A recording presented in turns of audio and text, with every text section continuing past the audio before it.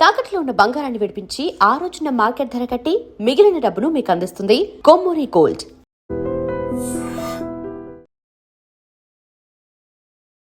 Hello viewers, welcome to iDream media.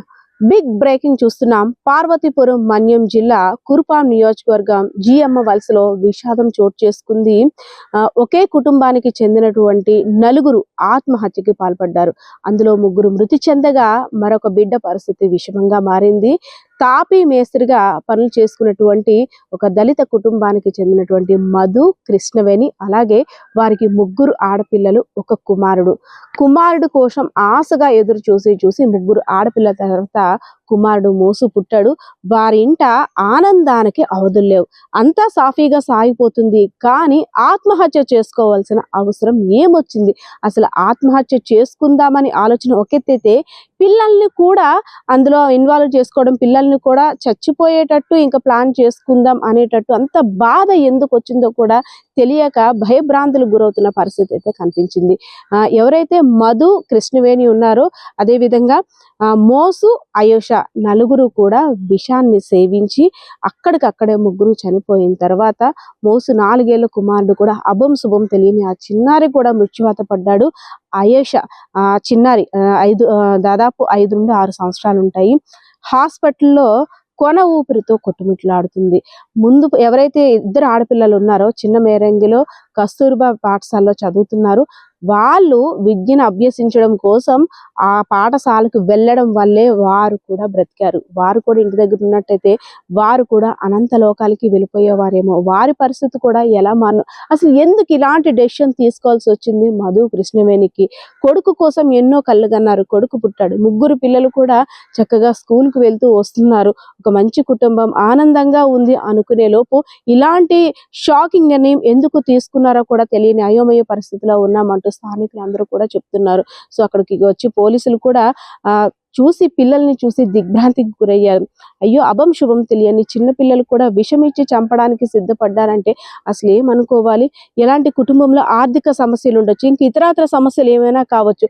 కేవలం చనిపోవడం ఒక్కటే పరిష్కార మార్గం అంటూ అంటే నోరు వాయలేదు అని చిన్నపిల్లలు అంటుంటారు కదా, ఆ చిన్న పిల్లల్ని కూడా చంపేందుకు అసలు వాళ్ళకి ఎలా చేతులు వచ్చాయి?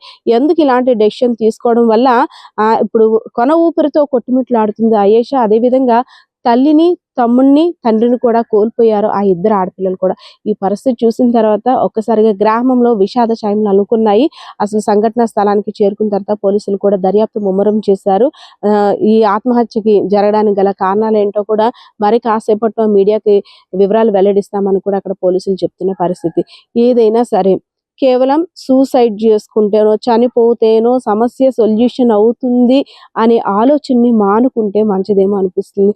పెద్దలతో పాటు పిల్లల్ని కూడా చంపేద్దామని ఫ్యామిలీస్ డిసైడ్ అవుతున్నాయి. ఇదొక విషయమే కాదు, రీసెంట్ గా చాలా సంఘటనలు చూసాం. పిల్లలకు కూడా అభం శుభం తెలియని పిల్లలు కూడా విషం ఇచ్చేస్తున్నారు, వాటర్లో దూకేస్తున్నారు.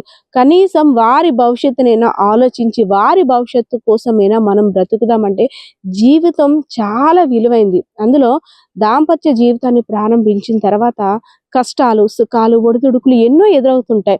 అలాంటివి అన్నీ కూడా ఒక స్పోర్టివ్గా తీసుకొని ముందుకు వెళ్ళాలి. పిల్లలకి మంచి భవిష్యత్తుని ఇవ్వాలి. కానీ ఇంకా జీవితం ఇంతటితో అంతం అయిపోవాలి, ఇంక ఇదే మా జీవితం అని అలాంటి స్పాట్ డెసిషన్ తీసుకోవడం వల్ల నిండు కుటుంబాలు రోడ్డున పడిపోతున్నాయి.